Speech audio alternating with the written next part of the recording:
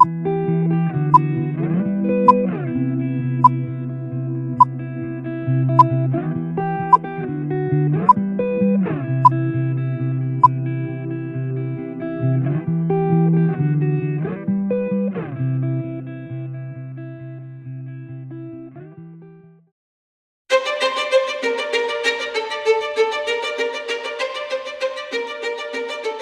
commence en 1976. À l'époque, dans le Tournaisis, les déchets ménagers finissent encore trop souvent enfouis dans d'anciennes carrières. Alors plusieurs communes se rassemblent et une intercommunale voit le jour, IPAL. Et il y a cette histoire qu'on aime raconter. On dit que Jacques Hochepied et Jean Évrard, le premier directeur général, auraient suivi un camion poubelle lorsqu'ils étaient en vacances dans le sud de la France. Destination, un incinérateur. Et là, le déclic. La décision est prise. À Tumed, un outil moderne va naître. L'incinérateur démarre une longue vie au service du territoire. Très vite, IPAL grandit. En 1978, Iprotou rejoint l'aventure. Et en parallèle, une autre priorité s'impose, l'eau. Les premières stations d'épuration se développent et les premiers collecteurs d'eau usée s'installent. Les parcs à conteneurs communaux, ceux qu'on appelle aujourd'hui nos reciparcs, sont peu à peu repris par IPAL. À Tumed, l'histoire continue aussi. En 1985, un troisième four est construit pour une première en Wallonie. La valorisation énergétique des déchets ménagers.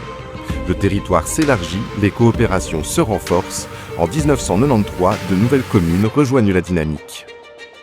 Puis en 2011, IPAL fusionne avec Intersud pour améliorer le service dans le Sud-Hainaut et surtout franchir un cap majeur, celui de tourner définitivement le dos aux décharges pour les sacs poubelles. Plus récemment, en 2024, Lens rejoint IPAL porté par un projet concret. Un nouveau reciparc partagé avec Chièvres et Brugelette. Encore une fois, l'économie circulaire guide les décisions. Aujourd'hui, IPAL, c'est 31 communes, un seul territoire et un objectif commun. Le développement durable avec une exigence d'amélioration continue, reconnue notamment par la certification EMAS depuis plus de 20 ans.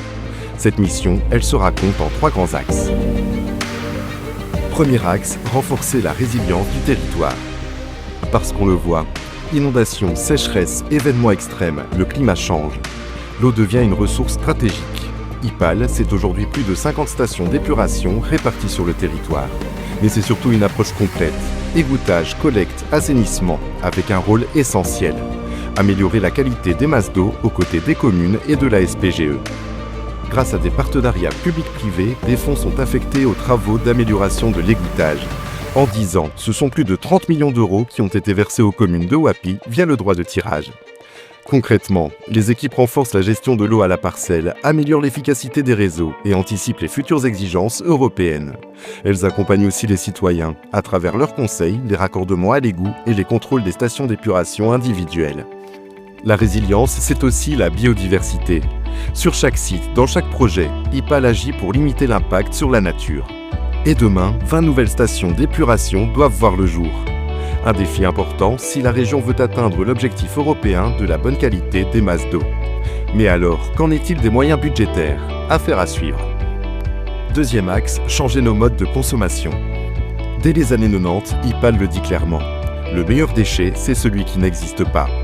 Prévenir, réduire, réutiliser, achat malin, compostage, eau du robinet, la politique du zéro déchet se met en place. Et puis le réemploi avec les ressourceries. Et en parallèle, le recyclage avec un réseau de reciparcs toujours plus accessible. 28 fractions collectées, 60 heures d'ouverture par semaine et plus de 600 points d'apport volontaires complètent le service.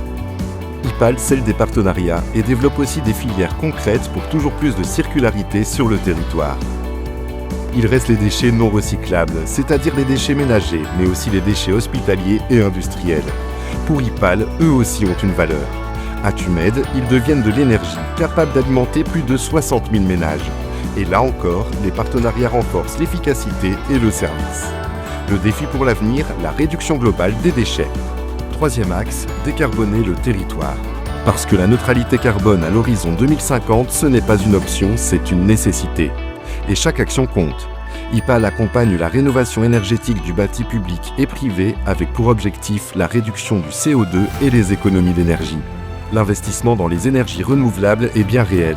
Éolien, photovoltaïque, biométhanisation, IPAL innove et anticipe aussi.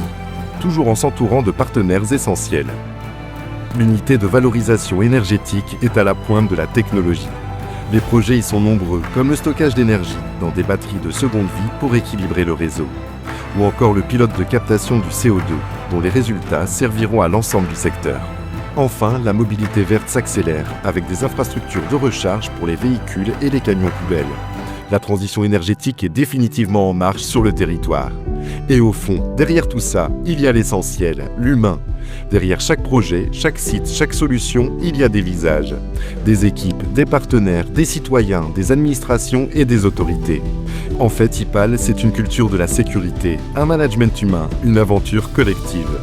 Une histoire commencée il y a 50 ans et qui continue chaque jour pour construire un territoire plus durable.